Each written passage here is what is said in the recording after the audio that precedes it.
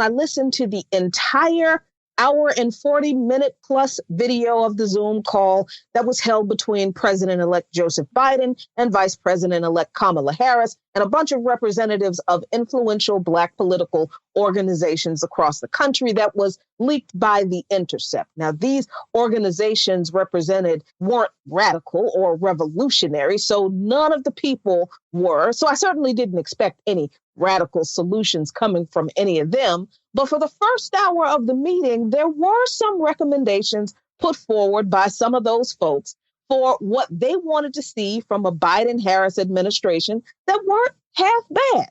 The problem with Biden selecting Tom Vilsack to be the Secretary of Agriculture again was raised early on by NAACP President Derek Johnson, who implored Biden to reach out to Shirley Sherrod instead, who was and is still important in Georgia politics because of her advocacy for Black farmers when she was the Director of Rural Development for Georgia at USDA, and because of what Vilsack did to her when he was Secretary of Agriculture under Obama.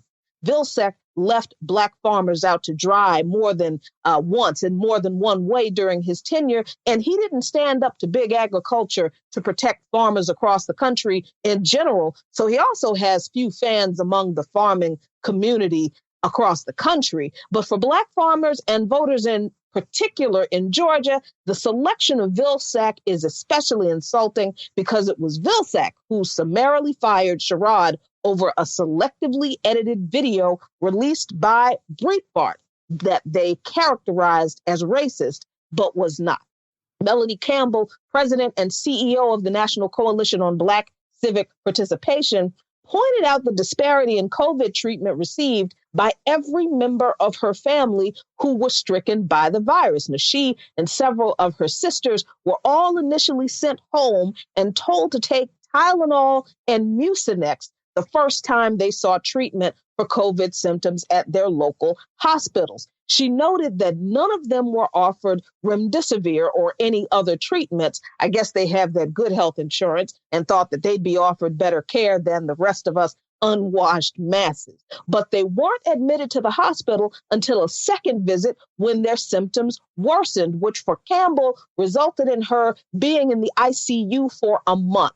Now, this wouldn't have been noteworthy if this hadn't happened in September, when the virus was well known by medical personnel across the country. So I thought this was a powerful point made about the racial disparities in COVID treatment that hasn't been as well articulated in the press. It was in this context that Campbell also raised the issue of Biden's policy for paid family leave and that it was insufficient.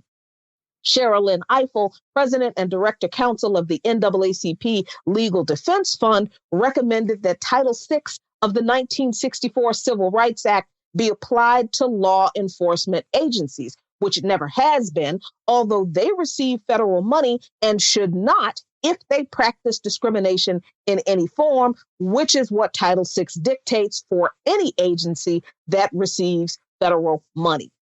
But angry old Massa Biden sounded enraged that his Blacks had the nerve to not just be happy that he was so nice to them.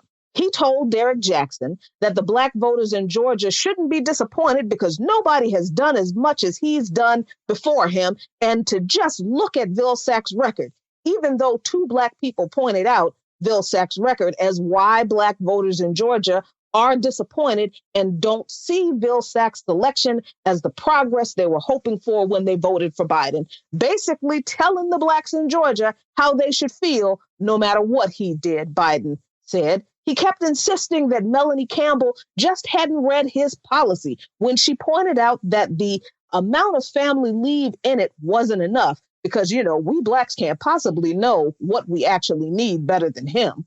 He told Sherilyn Ifill that she wasn't born yet when he was working to hold police accountable, or whatever he said he was doing before she was born, suggesting that this woman's recommendations for applying Title VI to law enforcement agencies meant nothing because she wasn't old enough to know everything he'd already done for the Blacks before she came along.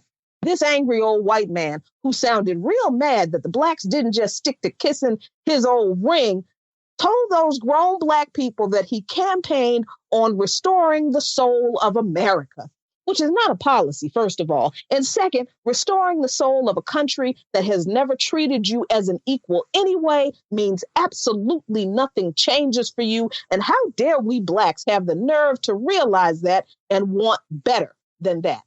He said he was the first person, Black or white, who called attention to the racial disparity in COVID deaths, right before he said that his Black doctor friend called him and told him about it, which means that he wasn't the first person to raise the issue, but he just took credit for it. But, we Blacks aren't supposed to know that he actually wasn't the first person to raise this issue.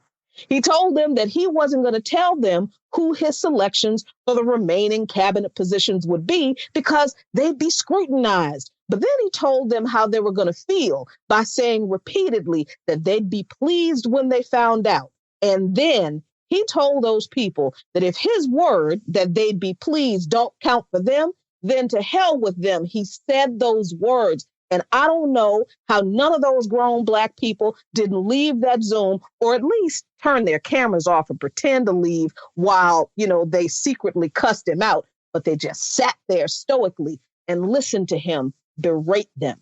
His answer to addressing racism was to say that we needed, number one, to get rid of the racist Trump, but number two, to appeal to the racists who voted for Trump, not by giving them anything, he said, but by moving hard toward giving them things that will benefit them, rather than just addressing the racial issues that were raised in that meeting that we face and letting these folks see how it benefits them, which I thought was what this call was supposed to be about, addressing racial issues, not appealing to Trump supporters. And here, Sherilyn Ifill did challenge him on this, and he backed off and admitted that, okay, yeah, you can never defeat hate, that hate only hides. But by this time in the call, it was clear that Biden was angry at these uppity Blacks for demanding that he do stuff for them because look at everything he'd done for us Blacks that nobody else had done before him. And honestly, are you surprised? I'm not. Even though it was funny to hear this old man be enamored at all the racial progress that commercials with interracial couples in it signaled in his spongy old mind. But what I think is most important that came out of this hour and 40-minute Zoom call is what Al Sharpton said. Sharpton said that, like he told Obama, he would never embarrass Biden, signaling that he wasn't going to march on Biden just like he didn't march on Obama. So don't expect Al Sharpton to publicly challenge Biden on any of his coming failures to address any racial issues in a real way, or most of these people in this call. I don't think they will.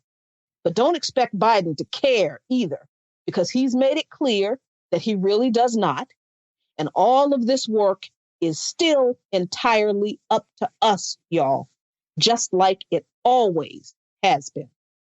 Follow Luke Mon Nation on patreon.com/LukeMonNation for lots of great content.